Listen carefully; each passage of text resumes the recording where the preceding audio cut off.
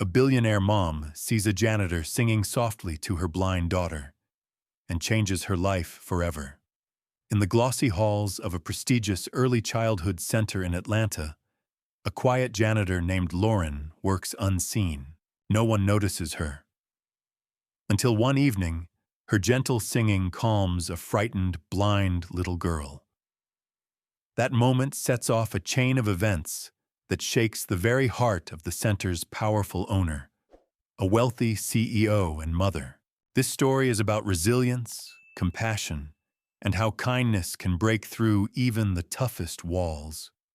The bus rattled along the streets of Atlanta in the early morning gray. Inside, Lauren clutched her worn thermos, the faint scent of cold coffee barely stirring her senses. The stale air of the bus mixed with the crisp chill outside, seeping through the thin windows. At 33, Lauren was already tired before the day began, her body aching from years of work no one saw. Her badge, faded and frayed at the edges, hung limp on her chest. Just a name tag, nothing more. She stared out at the passing buildings, the glass towers gleaming in the first light, a stark contrast to the neighborhoods she knew. This bus ride was a small journey between two worlds, the one she lived in and the one she cleaned every day. The empty lunchbox beside her was a silent reminder of what she carried inside: responsibility for her young niece, a girl she loved fiercely and raised alone. That thought warmed her, a quiet flame in the dull morning. The tall glass doors of the early childhood center slid open with a soft whoosh as Lauren stepped inside. The polished marble floor echoed under the heels of sharp shoes, hurried footsteps passing by without a glance. The security guards, the receptionists in their crisp blouses, even the young teachers with their designer bags, none paid her any mind. She was invisible. Just the janitor. The woman with the mop and the bucket. Watch out! A mother snapped at her son, watching him drop a crumpled paper on the floor. Don't touch it. Let them clean up. Lauren caught the boy's eyes for a fleeting second, a mixture of guilt and confusion there. The mother's voice was firm, sharp, leaving no room for kindness. She knelt down quietly, her mop in hand, and bent to sweep the paper into her dustpan. The boy watched, then moved away. She heard the faint murmur of voices in the hallway, the distant laughter of children, and the smell of fresh paint mixed with lemon cleaner. All the luxuries of the center, the bright classrooms, the soft rugs, the shiny toys, felt like a different world, one she belonged to only as a shadow.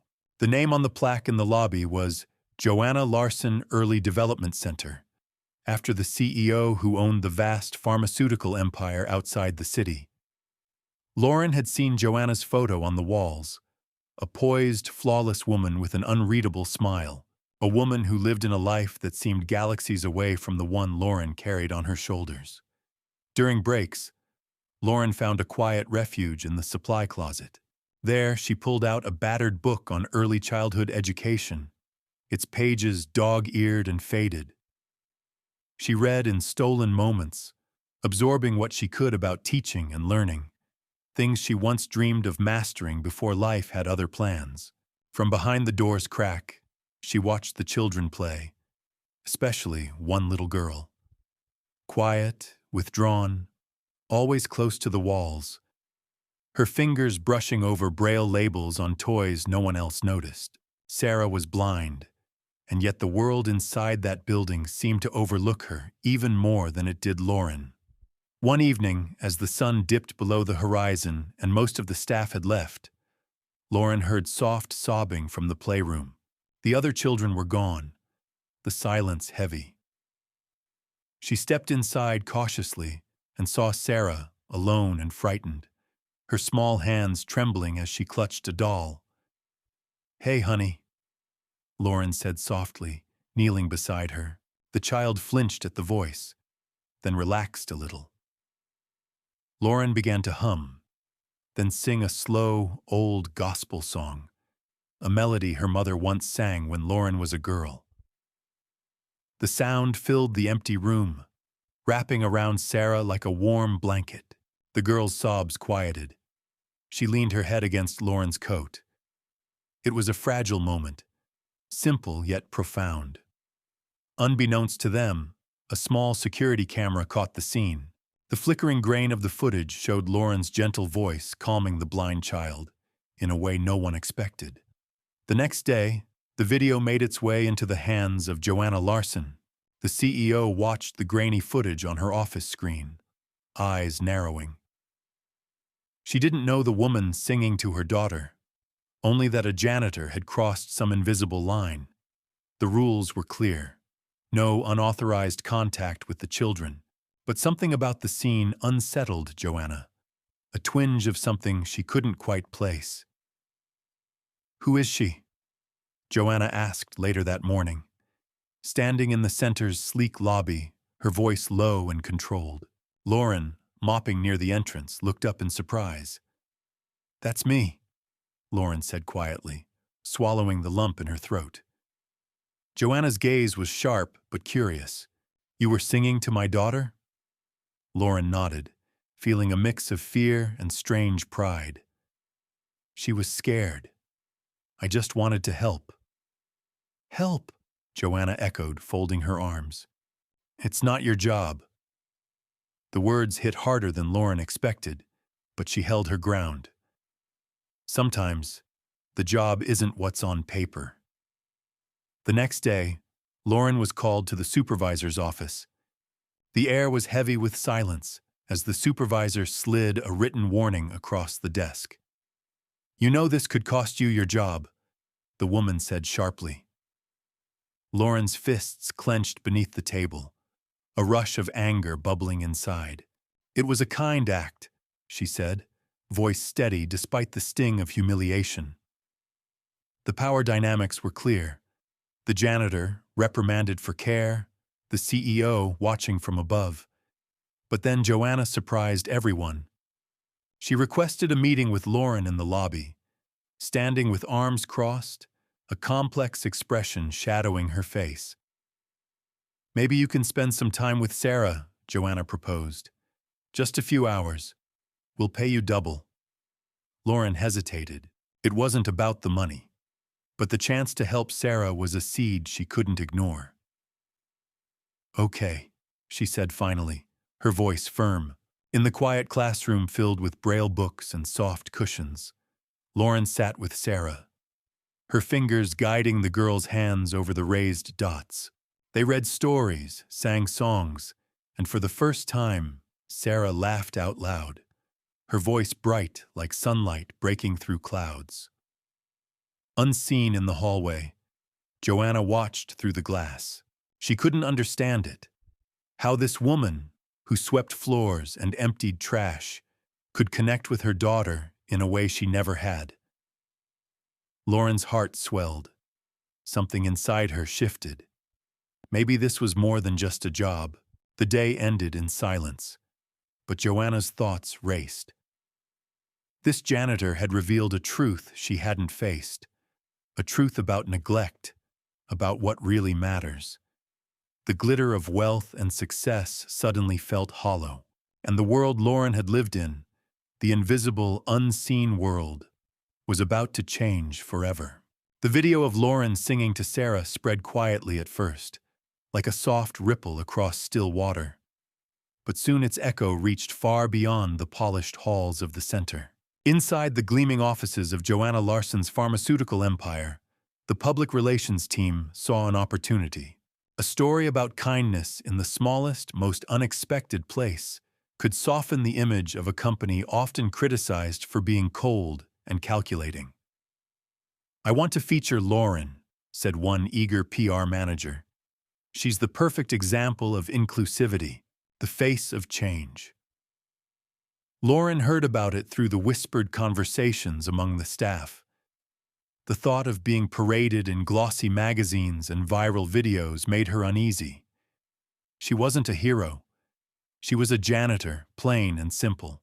At lunch break, she sat on a bench in the parking lot. the rough concrete pressing into her palms, watching her cold coffee steam slightly in the morning air.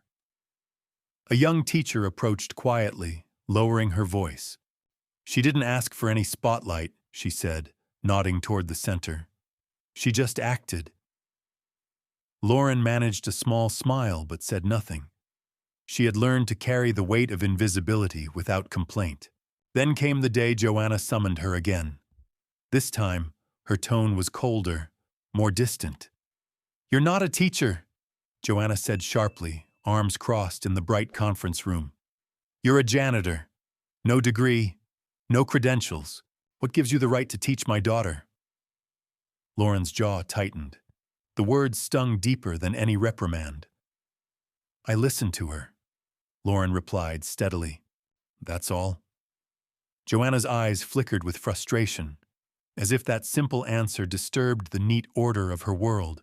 Later that night, Lauren sat on her small couch at home, her fingers tracing the worn edges of a college pamphlet she never sent for. Years ago, before her sister's sudden death, she had dreamed of being a teacher, but life had other plans. Raising her niece, working long hours, surviving. Her niece's laughter echoed from the next room, pulling Lauren back from the past. She wiped a tear, squared her shoulders, and promised herself she wouldn't give up. Back at the center, Sarah began to resist the carefully arranged routines. She refused to eat with the new nanny, pushing away food as her eyes searched the room. "I want Lauren," she whispered one morning, her voice trembling but firm. Joanna heard about the refusal and felt a tightening in her chest. Control was slipping, and with it, her carefully built image of order and perfection. The next day, Lauren received a letter. Her temporary role ended. The center no longer required her presence near the children. The news hit like a blow, but whispers among the staff told another story. The young teacher who had supported Lauren now passed notes, quietly rallying others. "She acted when no one else would," the teacher said softly. It wasn't just about the job. Lauren realized she was not alone. Then, something unexpected happened. The video of Lauren's song to Sarah found its way onto social media. Views climbed into the thousands, then millions. Comments flooded in, calling to find the woman whose voice had soothed a frightened child. Joanna sat in her office, watching the numbers climb, feeling the walls of her carefully maintained world shake. The fear of losing control gnawed at her. Finally, she reached out, a message to Lauren. "Let's talk." Lauren walked into the sleek lobby once more, heart pounding.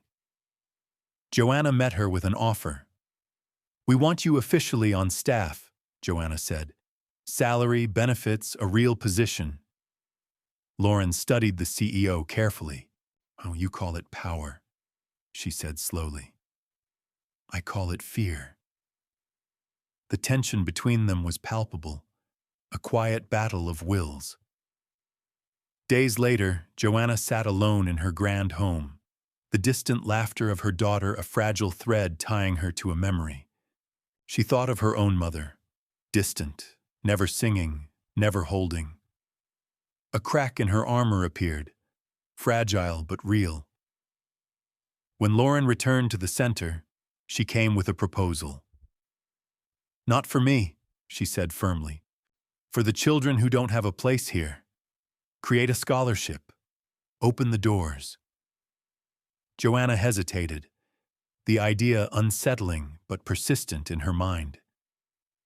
The next morning, Lauren found a new keycard slipped under her door. It bore a simple word: mentor. No fanfare, no speeches, just a quiet recognition. And with that, the first step toward change was taken. The announcement came quietly at first, almost as if it were afraid to disturb the polished calm of the center's grand lobby. Joanna Larson, standing before a small crowd of staff, parents, and a few local reporters, spoke with a steadiness that surprised even herself. Today we launch the Voices of Lauren Scholarship Program, she said, her gaze briefly meeting Lauren's. It's time we open our doors to those who might otherwise never have a chance here. The words felt heavy, meaningful, a bridge between two worlds that had long existed side by side but never truly touched. Lauren stood near the back, the soft murmur of applause washing over her like a gentle tide. She wasn't on stage to seek attention. Her hands were folded in front of her, the smooth surface of a new mentor badge gleaming faintly in the light. For the first time, she felt the weight of belonging, not as a visitor or an outsider, but as someone who mattered. In the weeks that followed, the center buzzed with a new energy. Invitations arrived from schools and educational forums, asking Lauren to share her experience and insights. She found herself at a roundtable discussion on inclusive education, seated beside experts and advocates she'd only read about. The room hummed with ideas, but Lauren's quiet voice carried a unique truth, born not of theory, but lived reality. I never planned to be in the spotlight, she told the group one afternoon. But sometimes it's not about what you want, it's about what's needed. The nods around her were slow but sincere. She felt a strange humility, balanced by a growing sense of purpose. Back home, a different challenge awaited. Her niece, a bright and curious girl now starting to understand the changes around them, asked one evening as they sat together, "Why don't you want to take all those things they offer you?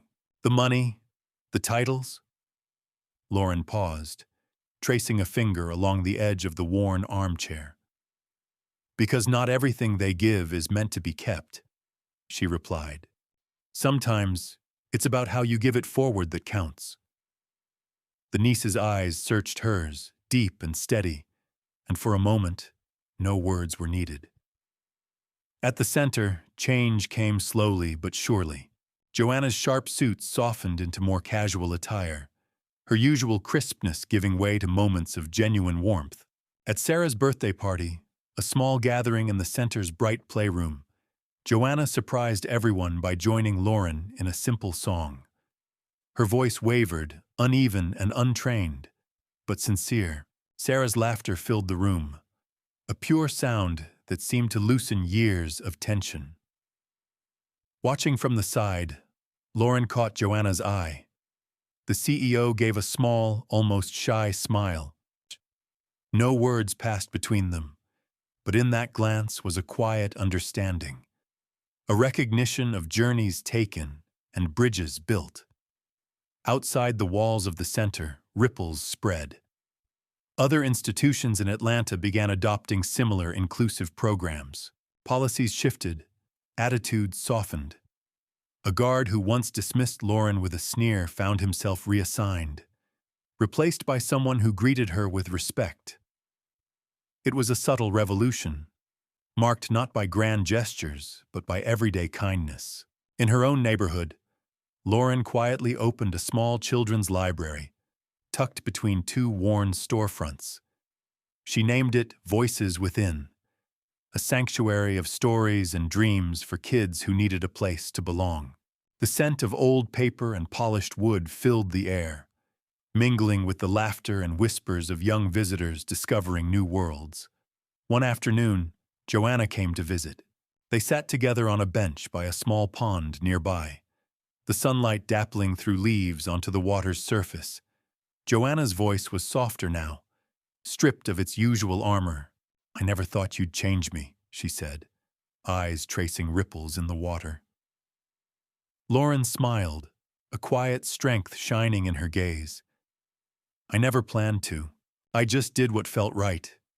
The two women sat in silence, the space between them filled with something unspoken but deeply understood. Returning to the center one morning, Lauren no longer carried a mop or bucket. Instead, she held a stack of storybooks, her footsteps light on the polished floors. Children gathered around as she began to read aloud, weaving tales that danced in the air like sunlight through stained glass.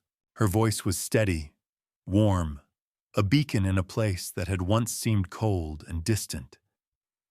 Sarah, sitting close by, reached out and took Lauren's hand. "When you're here," the little girl said softly, "I see the light."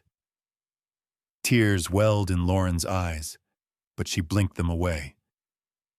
No words were needed. In that simple truth lay everything. A lifetime of silence broken, a new chapter begun. Later, in the quiet of her office, Lauren placed her old janitor's badge into a small wooden box. On the desk beside it lay her new mentor card, shining quietly in the soft glow of the lamp. She traced the letters, Ms. Lauren, and smiled. The past was a shadow now, but the future stretched wide open, waiting, and this time, she was ready.